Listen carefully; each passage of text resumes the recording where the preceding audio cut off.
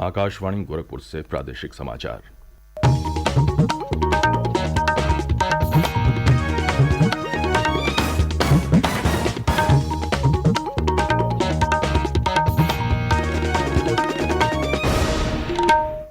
नमस्कार, समाचार बुलेटिन के साथ मैं विकास राय। पहले मुख्य समाचार। प्रधानमंत्री नरेंद्र मोदी ने लखनऊ में उत्तर प्रदेश इन्वेस्टर्स समिट के तीसरे ग्राउंड ब्रेकिंग समारोह में 80,000 करोड़ रुपए से अधिक लागत की विभिन्न परियोजनाओं की आधारशिला रखी। कहा, निवेशकों ने उत्तर प्रदेश की युवा शक्ति में जताया विश्वास। राष्ट्रपति रामनाथ कोविंद आज कानपुर में उत्तर प्रदेश व्यापार मंडल के 90वें वार्षिक समारोह को संबोधित करेंगे। गोरखपुर में गीता प्रेस के शताब्दी वर्ष समारोह में भी लेंगे भाग। कानपुर में 2 पक्षों में हुई हिंसा में पुलिस ने 18 आरोपियों को हिरासत में लिया। मुख्यमंत्री योगी आदित्यनाथ ने हिंसा करने वालों से सख्ती से निपटने के दिए निर्देश। और राज्यसभा के लिए प्रदेश से सभी 11 प्रत्याशी निर्विरोध निर्वाचित।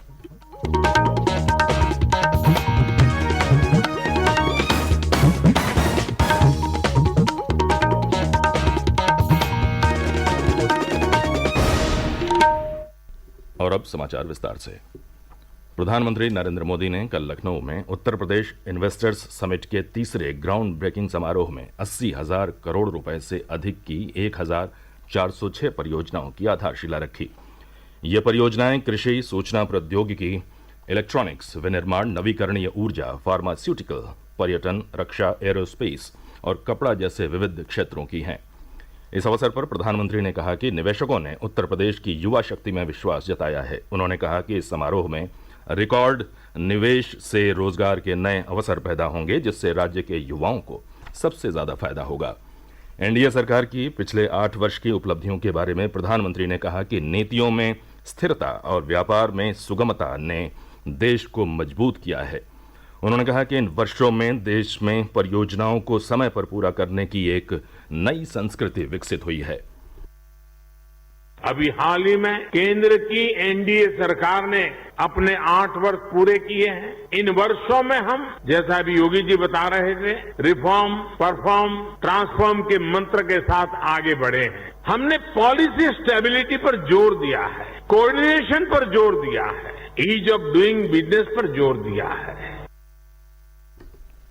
प्रधानमंत्री ने कहा कि भारत G20 देशों के समूह में सबसे तेजी से बढ़ती हुई अर्थव्यवस्था और तीसरे सबसे अधिक ऊर्जा उपयोग करने वाले देश के रूप में उभरा है। उन्होंने कहा कि देश में पिछले वित्तीय वर्ष में 84 अरब डॉलर का प्रत्यक्ष विदेशी निवेश हुआ।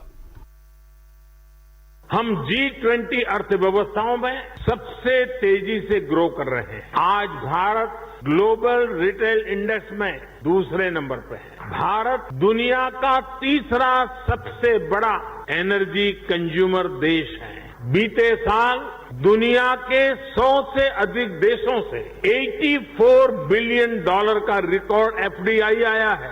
भारत ने बीते वित्तीय वर्ष में 417 बिलियन डॉलर यानी 30 लाख करोड़ रुपए से ज्यादा का मर्केंडाइज एक्सपोर्ट करके नया रिकॉर्ड बनाया है। उत्तर प्रदेश में संभावनाओं की चर्चा करते हुए प्रधानमंत्री ने कहा कि बेहतर कानून व्यवस्था ने राज्य में निवेश के लिए उपयुक्त माहौल तैयार किया है। इस अवसर पर मुख्यमंत्री योगी आदित्यनाथ ने निवेशकों को आश्वासन दिया कि उनका निवेश न केवल उत्तर प्रदेश में सुरक्षित रहेगा, बल्कि उन्हें सरकार की निवेश अनुकूल नीतियों का भी लाभ मिलेगा। उन्होंने कहा कि उनकी सरकार के पिछले कार्यकाल में राज्य में बेरोजगारी दर 18% से घटकर करीब 3% रह गई है। ग्राउंड ब्रेकिंग समारोह का सजीव प्रसारण सभी जिलों में किया गया, जहां गणमान्य लोगों के साथ आम जनता ने प्रधानमंत्री और मुख्यमंत्री के उद्बोधन को सुना। प्रधानमंत्री नरेंद्र मोदी ने कहा है कि गांव का विकास उनकी सरकार की प्राथमिकता है। इसके लिए कई योजनाएं शुरू की गई हैं और कई सुविधाएं अब गांव तक पहुंच रही हैं।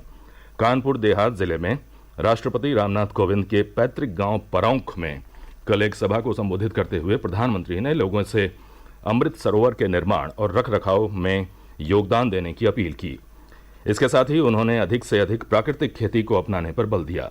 उन्होंने कहा कि सभी के सामूहिक प्रयास से आत्मनिर्भर भारत का सपना हकीकत में बदलेगा। स्वाधीनता संग्राम के दौरान महात्मा गांधी भारत की आजादी को भारत के गांव से जोड़कर देखते थे। भारत का गांव यानी जहां आध्यात्म भी हो, आदर्श भी हो। भारत का गांव यानी जहां परंपराएं भी हो और प्रगतिशीलता भी हो। भारत का गांव यानी जहां संस्कार भी हो, सहकार भी हो, जहां ममता भी हो और समता भी हो। आज आजादी के अमृत काल में ऐसे ही गांवों का पुनर्गठन, उनका पुनर्जागरण, ये हमारा कर्तव्य है। आज इसी संकल्प को लेकर देश गांव, गरीब, कृषि, किसान और पंचायती लोकतंत्र के विभिन्न आयामों में काम कर रहा है। परिवारवाद को लेकर विपक्षी दलों पर निशाना साधते हुए प्रधानमंत्री ने कहा कि परिवारवाद में शामिल ताकतें उनके खिलाफ एकजुट हो रही हैं। उन्होंने कहा कि वह देश में मजबूत विपक्ष चाहते हैं। अपने पैतृक गांव परौंख में सभा को संबोधित करते हुए राष्ट्रपति रामनाथ कोविंद ने प्रधानमंत्री को उनके पैतृक गांव आने के लिए धन्यवाद दिया। इस अवसर पर राज्यपाल आनंदीबेन पटेल और मुख्यमंत्री योगी आदित्यनाथ भी मौजूद रहे। प्रदेश के दौरे के दूसरे दिन आज राष्ट्रपति रामनाथ कोविंद कानपुर और गोरखपुर में विभिन्न कार्यक्रमों में भाग लेंगे। श्री कोविंद लगभग 11 बजे कानपुर में उत्तर प्रदेश व्यापार मंडल के 90वें वार्षिक समारोह में शामिल होंगे। इसके बाद राष्ट्रपति गोरखपुर जाएंगे, जहां वे गीता प्रेस के शताब्दी वर्ष समारोह में भाग लेंगे। राज्यपाल आनंदीबेन पटेल और मुख्यमंत्री योगी आदित्यनाथ भी इस अवसर पर उपस्थित रहेंगे। एक रिपोर्ट। राष्ट्रपति रामनाथ कोविंद आज दोपहर गोरखपुर पहुंचेंगे। मुख्य आयोजन शाम 5 बजे के करीब गीता प्रेस परिसर में होगा। गीता प्रेस हिंदू धार्मिक ग्रंथों का विश्व का सबसे बड़ा प्रकाशक है। राष्ट्रपति के स्वागत के लिए गीता प्रेस के ट्रस्टी विभिन्न राज्यों से गोरखपुर पहुंच चुके हैं। ट्रस्टी देवी दयाल अग्रवाल ने आकाशवाणी समाचार को बताया, गीता प्रेस में अभी लेटेस्ट अपडेट के द्वारा 4:50 पर राष्ट्रपति महोदय पहुंचने वाले हैं। इसके बाद आते ही उनका स्वागत हमारे विशिष्ट अतिथियों द्वारा किया जाएगा, जो कि देश के विभिन्न भागों से हमारे ट्रस्टी हैं, वो पधारे हैं। उनके द्वारा सर्वप्रथम उनका सम्मान किया जाएगा। इसके बाद राष्ट्रपति महोदय लीला चित्र मंदिर में दर्शन करेंगे, जो ऐसे चित्रों के जो हमारी पुस्तकों पर अनादिकाल से छपते आए हैं एवं उनकी मूल प्रति उसमें सजा कर रखी हुई है। इसके बाद राष्ट्रपति महोदय द्वारा श्रीमद् भगवद गीता एवं श्री रामचरितमानस जो विशिष्ट रूप में छापे गए हैं, उनका विमोचन उनके द्वारा होगा। गीता प्रेस के कार्यक्रम के बाद राष्ट्रपति गोरखनाथ मंदिर में दर्शन पूजन के लिए जाएंगे। इसके बाद राष्ट्रपति ऐतिहासिक रामगढ़ ताल के तट पर शाम व्यतीत करेंगे, जहां वे शानदार लाइट एंड साउंड शो का अवलोकन करेंगे। आकाशवाणी समाचार के लिए गोरखपुर से आदित्य शुक्ला। कानपुर में कल 2 पक्षों में हुई हिंसा में 2 लोग घायल हो गए। पुलिस ने मामले में 18 आरोपियों को हिरासत में लिया है। अपर पुलिस महानिदेशक कानून व्यवस्था प्रशांत कुमार ने बताया कि कल शाम कानपुर के बैकनगंज थाना क्षेत्र के नई सड़क इलाके में 2 पक्ष आमने सामने आ गए। जुमे की नमाज के बाद एक पक्ष द्वारा जबरदस्ती दुकानें बंद कराने के कारण हिंसा भड़की। उन्होंने कहा कि इलाके में पीएसी की 12 कंपनियां तैनात कर दी गई हैं। पुलिस के वरिष्ठ अधिकारी स्थिति पर लगातार नजर बनाए हुए हैं। उधर मुख्यमंत्री योगी आदित्यनाथ ने कल शाम गोरखपुर से प्रदेश के सभी जिलों के पुलिस और प्रशासनिक अधिकारियों के साथ वीडियो कॉन्फ्रेंस के माध्यम से बैठक की। उन्होंने कहा कि हिंसा करने वालों से सख्ती से निपटा जाएगा। श्री योगी ने आवश्यकता पड़ने पर कानपुर में अतिरिक्त पुलिस बल तैनात करने के निर्देश दिए। उन्होंने कहा कि सड़कों पर स्थापित धार्मिक स्थलों का चिन्हीकरण किया जाए और इसकी रिपोर्ट 15 दिन के भीतर गृह विभाग को उपलब्ध कराई जाए। मुख्यमंत्री ने कहा कि किसी को भी सड़क पर धार्मिक आयोजन की अनुमति नहीं दी जाएगी। राज्यसभा के लिए प्रदेश से सभी 11 प्रत्याशी निर्विरोध निर्वाचित हो गए हैं। मुख्य निर्वाचन आयोग ने कल सभी उम्मीदवारों के निर्विरोध निर्वाचन की घोषणा की। प्रदेश की 11 सीटों पर राज्यसभा चुनाव के लिए कुल 12 नामांकन दाखिल हुए थे। जांच में एक उम्मीदवार का पर्चा खारिज हो गया, जिसके बाद शेष 11 प्रत्याशी निर्विरोध निर्वाचित हो गए।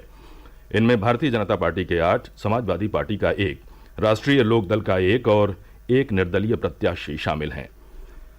और अंत में मुख्य समाचार एक बार फिर।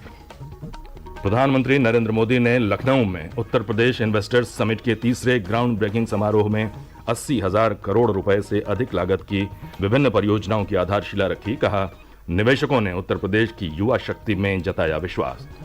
राष्ट्रपति रामनाथ कोविंद आज कानपुर में उत्तर प्रदेश व्यापार मंडल के 90वें वार्षिक समारोह को संबोधित करेंगे। गोरखपुर में गीता प्रेस के शताब्दी वर्ष समारोह में भी लेंगे भाग। कानपुर में दो पक्षों में हुई हिंसा में पुलिस ने 18 आरोपियों को हिरासत में लिया।